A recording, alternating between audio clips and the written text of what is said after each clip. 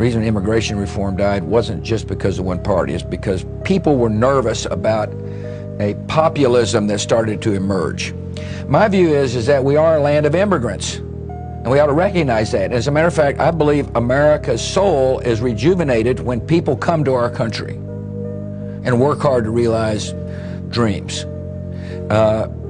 There is an orderly way to have immigration, and that is to recognize people are coming here to do jobs Americans aren't doing, or are not capable of doing, or unwilling to do. And we ought to have a process that enables people to come and do those jobs. It's good for our economy.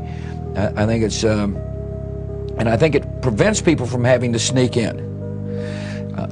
There are laborers who do jobs people won't do, but there are also incredibly bright students who come, and I think it is a foolhardy policy to limit the number of workers that could contribute, for example, to the productivity of the United States in the internet world. I do believe there will be a rational immigration policy eventually passed. I think there's going to have to be some time.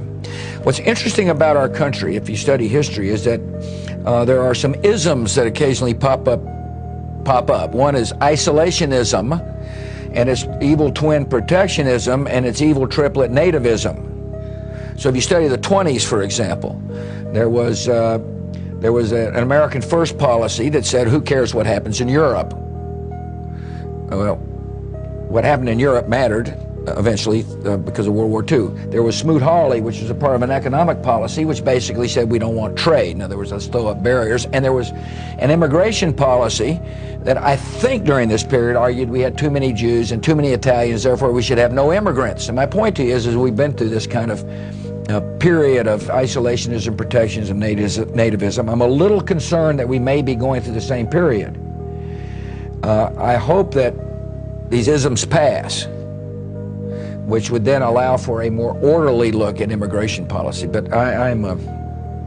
look, I was raised in Texas, and you know, there's a lot of focus on the Hispanic population. I mean, if you're raised in Texas, you understand what it means to interface with